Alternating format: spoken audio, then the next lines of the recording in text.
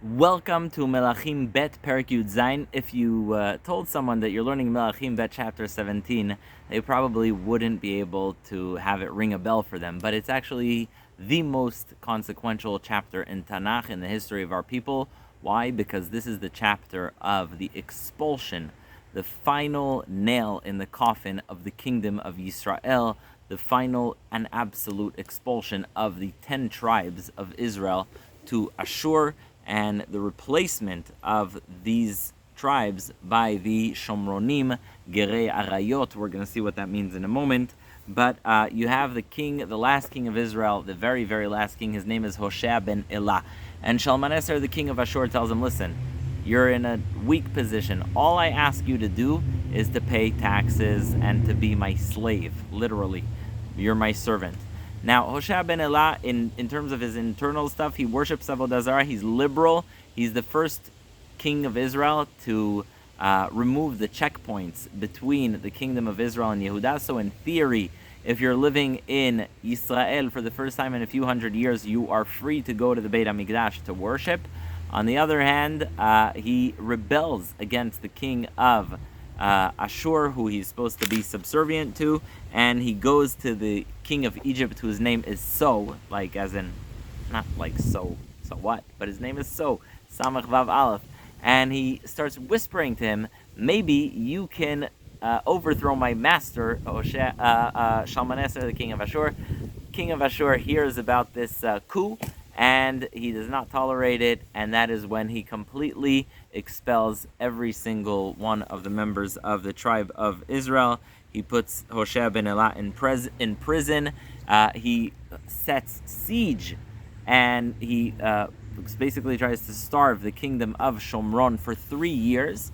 And eventually, and this is where the pasuk goes into kind of a narrator mode, where basically you have a opinion as, or more of a moral intervention. It's not just a recording of the story. It's not just like this and this is what happened, but it's a voice of why it happened.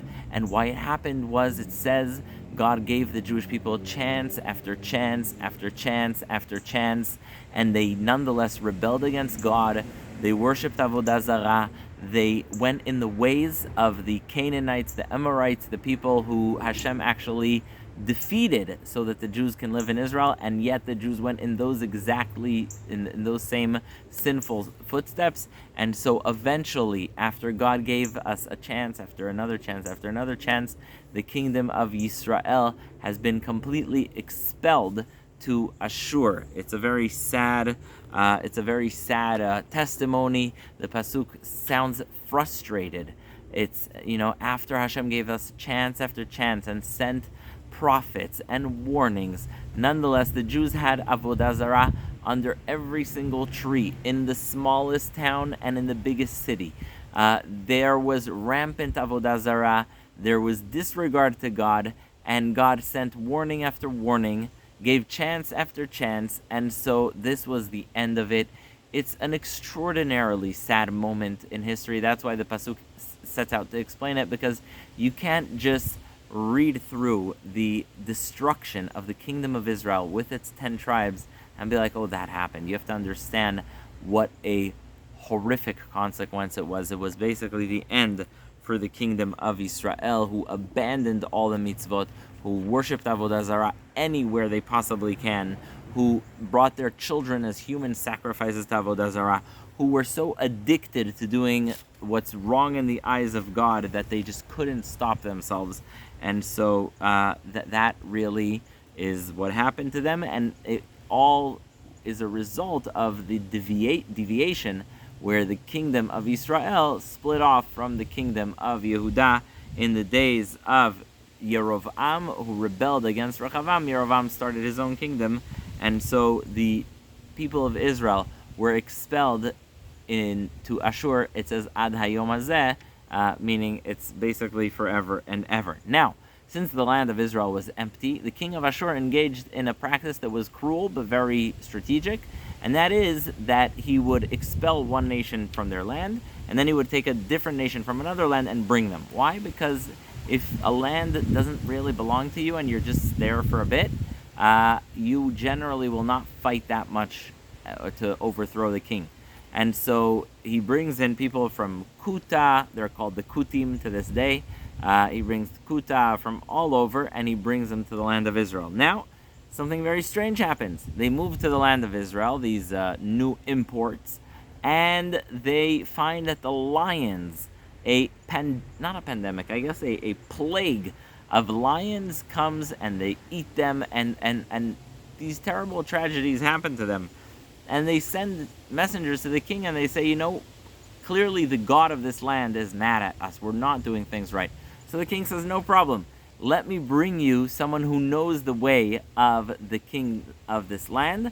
Of the God of this land. And they bring one of the elders of Israel. And he says, indeed, we worshipped in this land, at some point, we worshipped God, Hashem, which is to show you that both worshipped God plus other Avodah Zarah, which is exactly what these people go on to do. They go and they worship their own Avodah Zarah. Remember, they're a potpourri of people. They're from all over. So they're worshiping all these different Avodah Zarahs, but they worship also God.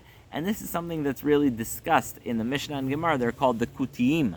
It's people who worship God, but also their own Avodah Zarah. It brings about a very meaningful conversation about the concept of Avodah Zarah b'shituf. People who worship God, Hashem, but they also have their own Avodah Zarah. Anyhow, they follow the advice of the Kohen of Hashem, and they realize that they will worship Hashem, but nonetheless they still worship their own Avodah Zarah. They still do their own thing. They still kind of worship their own stuff, and it remained like that to this day. And so the rabbis discuss the whole concept of a pot, bread made by a kuti. What's the status of a blessing if you're a bracha from a kuti? Because they are really the example of someone who worships Hashem, and also Avodah Zarah. It's also an example of someone who worships Hashem out of fear.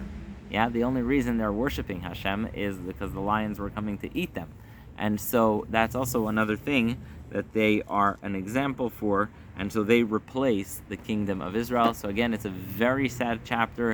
It's the chapter of the expulsion of the people of Israel in the days of Hoshea ben Elah by the king of Ashur, I believe it is King Shalmaneser. Yes, it's King Shalmaneser, and the Jews are expelled with a very tragic tone. Thank you for joining, and I hope Bezrat Hashem to see you in the next chapter, Chai, chapter 18.